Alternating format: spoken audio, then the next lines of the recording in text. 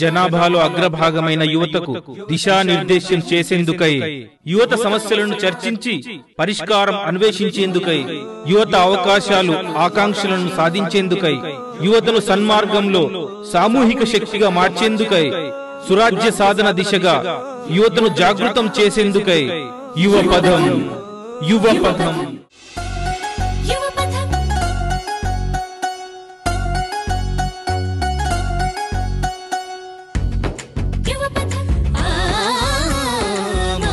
సంబంధాలు మంట కలిసిపోతుంటే కళ్ళు మూసుకుంటున్న యువతి యువకుల్లారా మనమే ఆ మానవులం మనదంతా మనిషి కులం మానవ సంబంధాలే మన గడపు బలం అన్నాడు కవిచలం.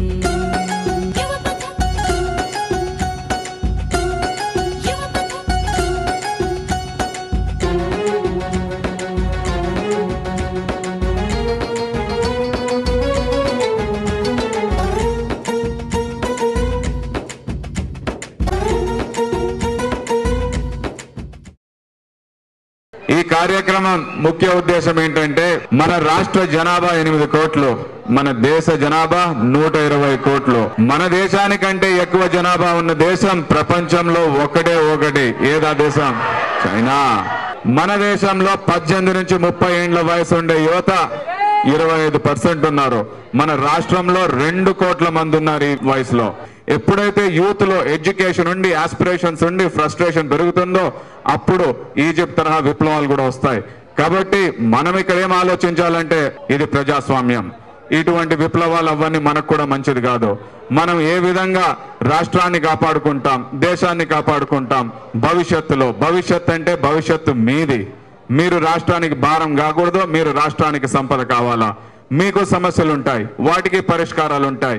ఇవన్నిటి మీద చర్చలు జరగాలి, విశ్లేషణ జరగాలి, సమస్యలు పరిష్కారాలు మాట్లాడాలి. దీని గురించి ఎవరు మాట్లాడాలి?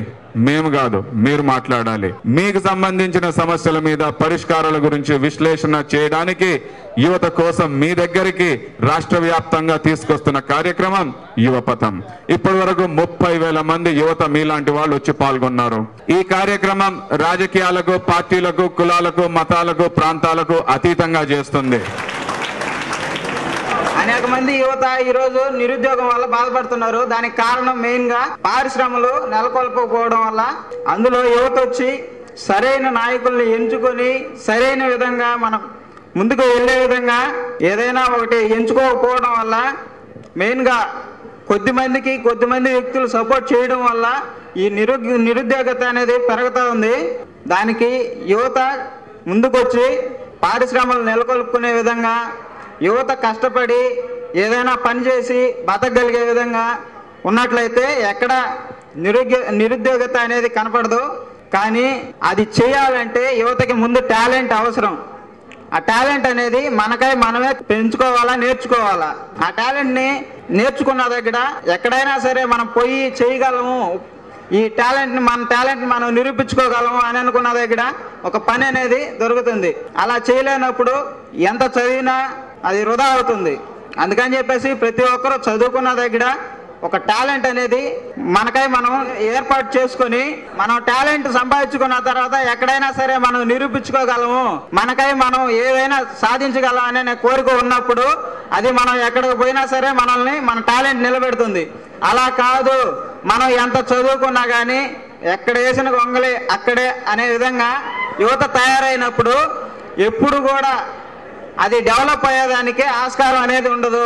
అందుకోసం ప్రతి ఒక్క విద్యార్థి చదువుకున్నప్పుడు లేదా మీ టాలెంట్ ఏ విధంగానైనా సరే ఎక్కడైనా సరే నిరూపించుకోగలిగితే మీరు ఎక్కడైనా శ్రమ చేసి జీవించగలిగినప్పుడు నిరుద్యోగత అనేది ఉండదు. Okay, very good. వరప్రసాద్ 3 పాయింట్లు చెప్తున్నాడు. నెంబర్ 1 ఏమంటున్నాడు అంటే మన రాష్ట్రంలో గాని దేశంలో గాని రాజకీయ అసమర్థి వలన లేదా అవినీతి వలన సరిపోయే ఉద్యోగ అవకాశాలు లేవు. రెండోది, ఆ ఉద్యోగాలు సృష్టించేది ప్రభుత్వం బాధ్యత, మనం అటువంటి ప్రభుత్వాన్ని ఎన్నుకోవాలి. మూడోది, ఆ ఉద్యోగాలు ఉన్నా కూడా మనము టాలెంట్ స్కిల్ డెవలప్ చేసుకోవాలి. ఆ టాలెంట్ స్కిల్ ఉంటేనే ఆ ఉద్యోగాలు మనకు వస్తాయి అంటున్నాడు. దీని గురించి ఎవరన్నా స్పందించాలన్నా మాట్లాడాలన్నా చేయొద్దండి. ఆయన టాలెంట్ ఉపయోగించుకోవట్లేదు అంటున్నాడు. టాలెంట్ ఉపయోగించుకోవాలి 90% మొత్తం ఖాళీగా ఉన్నారు ఇళ్లలో. అంటే ఈ మొత్తం 90% టాలెంట్ ఉపయోగించుకోగలదు. మనకి ఆలోచన అంటే సదుపాయాలు లేక, మనకి కావాల్సిన సౌకర్యాలు కల్పించే వాళ్ళు లేక, అంటే ఎంతో మంది చదువుకున్న వాళ్ళు ఇంటికాడ ఉన్నారంటే మనందరం ఉద్యోగాలు ఒకరు కావట్లేదు, ఒకరు ఆలోచిస్తున్నాం కాబట్టి మనందరం వెళ్ళి మన రాజకీయ దగ్గరికి వెళ్ళి, మన ఎమ్మెల్యే దగ్గరికి వెళ్ళి, సార్ మా నియోజకవర్గంలో ఇంతమంది చదువుకున్న వాళ్ళు ఉన్నాం, మాకు ఉద్యోగాలు ఏమని చెప్పి మా నియోజకవర్గం మొత్తం వెళ్ళి సీఎం ఇంటి ముందు కూర్చుంటే మనకు ఉద్యోగాలు ఎక్కడి నుంచి తీసుకురారు, ఎందుకు తీసుకురారు? సరే ఉద్యోగాలు లేవు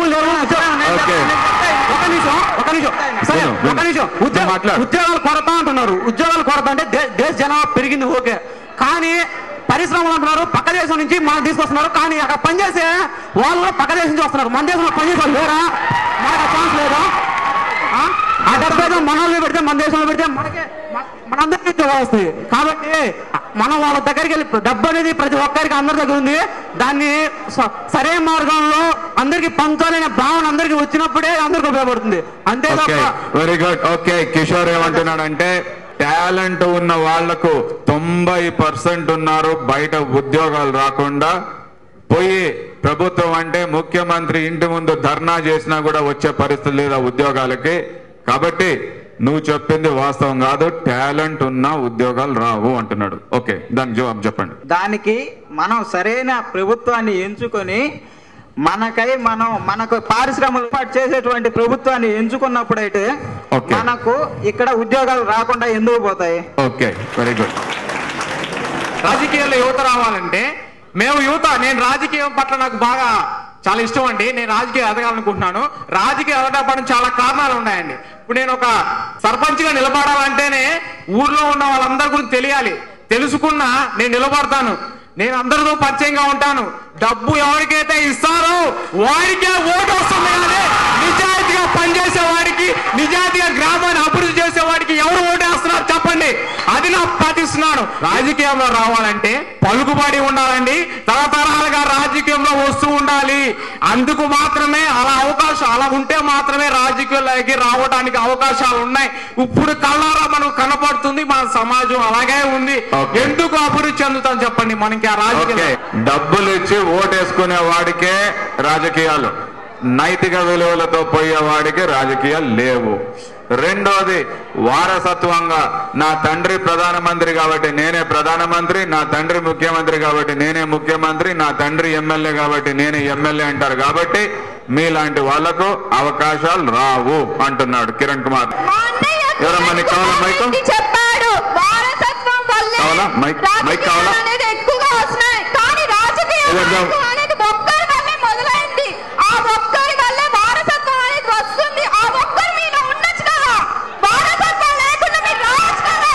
మీరు విభేదిస్తే అక్కడితో వదిలేసేయాలి. మీ అభిప్రాయం మీది, తన అభిప్రాయం తనది. ఇక్కడ మీరిద్దరు ఒకరి అభిప్రాయం ఒకరు మార్చలేరు. ఇంత చక్కగా మాట్లాడినందుకు ఒక బెస్ట్ స్పీకర్ ట్రాఫీ కూడా ఇస్తున్నాను తేజస్వికి. మళ్ళీ ఒకసారి మీరు అందరు క్లాప్ చేయండి.